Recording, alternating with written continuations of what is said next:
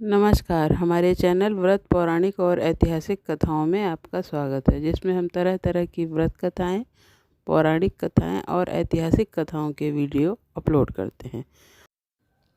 हमारी आज की पौराणिक कथा है भगवान जगन्नाथ के महाप्रसाद की कथा। एक बार की बात है जब नारद जी रोजाना भगवान विष्णु जी के दर्शनों के लिए वैकुंठ धाम जाया करते थे और भगवान के दर्शन करके वापस आ जाते। यही क्रम रोजाना चलता था। एक दिन नारद जी के मन में यह विचार आया कि काश मुझे भगवान का महाप्रसाद मिल जाए तो कितना अच्छा होगा। यही विचार करके वो माता लक्ष्मी जी के पास गए और आग्रह कर कहा कि माता, क्या मुझे आप भगवान का प्रसाद दिलवा दोगी? आपकी बड़ी कृपा होगी। मगर माता लक्ष्मी कहती हैं कि भगवान का प्रसाद मिलना इतना आसान नहीं है। उसके लिए भगवान की आज्ञा अत्यंत आवश्यक है। बिना भगवान की आज्ञा के मैं किसी को भी भगवान का प्रसाद नहीं दे सकती। फिर नारद जी ने भगवान को प्रसन्न करने के लिए 12 वर्षों तक कठिन तपस्या की, मगर भगवान की प्रसन्नता पाना इतना आसान नहीं। इतनी तपस्या करने के बाद भी नारद जी को प्रसाद नहीं मिला। अब नारद जी विचार करने लगे कि मैं ऐसा क्या करूं कि मुझे भगवान का प्रसाद मिल जाए। फिर नारद जी ने एक योजना बनाई कि यदि मैं यहाँ पर प्रभु के घर में सेवा करूँगा तो शायद मुझे प्रसाद की प्राप्ति हो जाएगी। ऐसा विचार करके नारद जी ने एक स्त्री का स्वरूप धारण किया।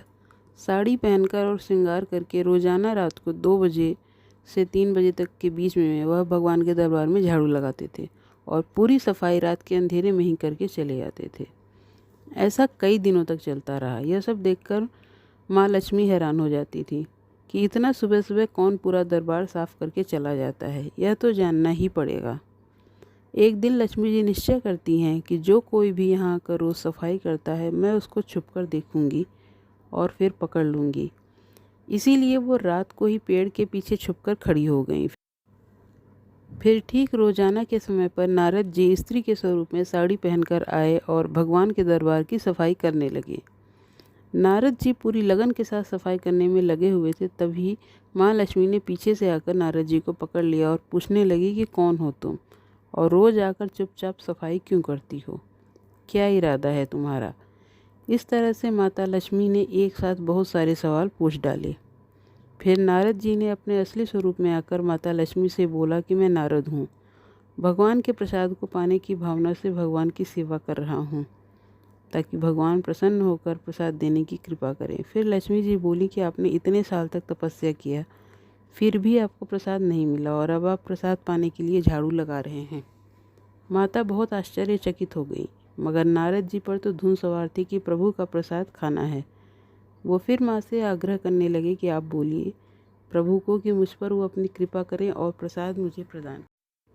फिर माता लक्ष्मी जी नारायण भगवान विष्णु के पास गईं और प्रभु से पूछा कि नारद जी आपके प्रसाद के लिए बहुत आग्रह कर रहे हैं, प्रभु कृपा करके आप उनकी विनती स्वीकार कर लीजिए।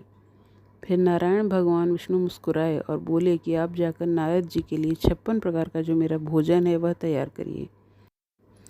माँ लक्ष्मी भगवान की आज्ञा पाकर भगवान श्री विष्णु जी का प्रसाद तैयार करती हैं, 56 प्रकार के व्यंजन बनाती हैं और फिर उनका भगवान श्री विष्णु जी को प्रसाद लगाती हैं। भगवान ने थोड़ा प्रसाद खाकर बाकी का प्रसाद नारद जी को देने के लिए कहा। तब माता लक्ष्मी ने प्रभु की आज्ञा से नारद जी को भगवान का प्रसाद दे दिया। नारद जी बहुत ही अधिक प्रसन्न हुए और बहुत ही चाव से पूरा प्रसाद खा लिया।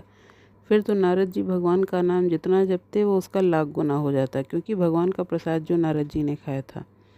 इसी प्रकार नारद जी नारायण नारायण करते हुए वैकुंठ धाम से सीधा शिव जी के धाम चले गए। नारद जी को इतना अधिक प्रसन्न देखकर भगवान शिव ने पूछा कि क्या बात है नारद जी, किस कारण आप इतना अधिक प्रसन्न हैं? नारद जी बताते हैं कि उन्हें श्री भगवान विष्णु जी का प्रसाद खाने को मिला है।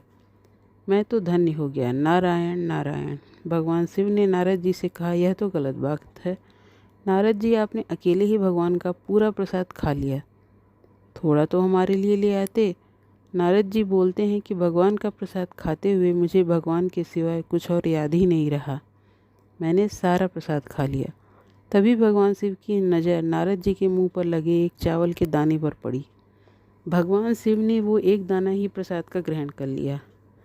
फिर तो वो भी भगवान विष्णु में ही मगन हो गए और खुशी से नृत्य करने लगे।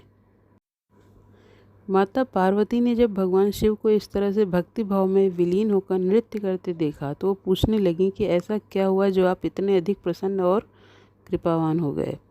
भगवान शिव ने सारी कथा माँ पार्वती जी को बता दी।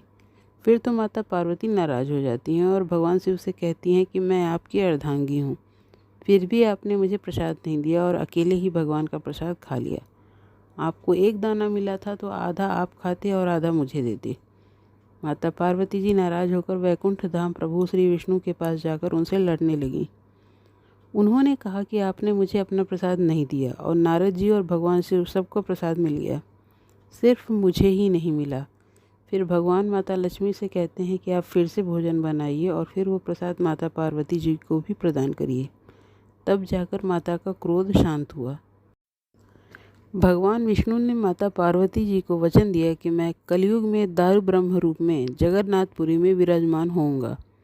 वहाँ पर मेरा 56 प्रकार का प्रसाद बनाया जाएगा। वह प्रसाद मुझे चढ़ाने के बाद आपको प्रसाद सबसे पहले दिया जाएगा, इसलिए आपका मंदिर भी वहीं पर उसी प्रांगण में स्थापित होगा।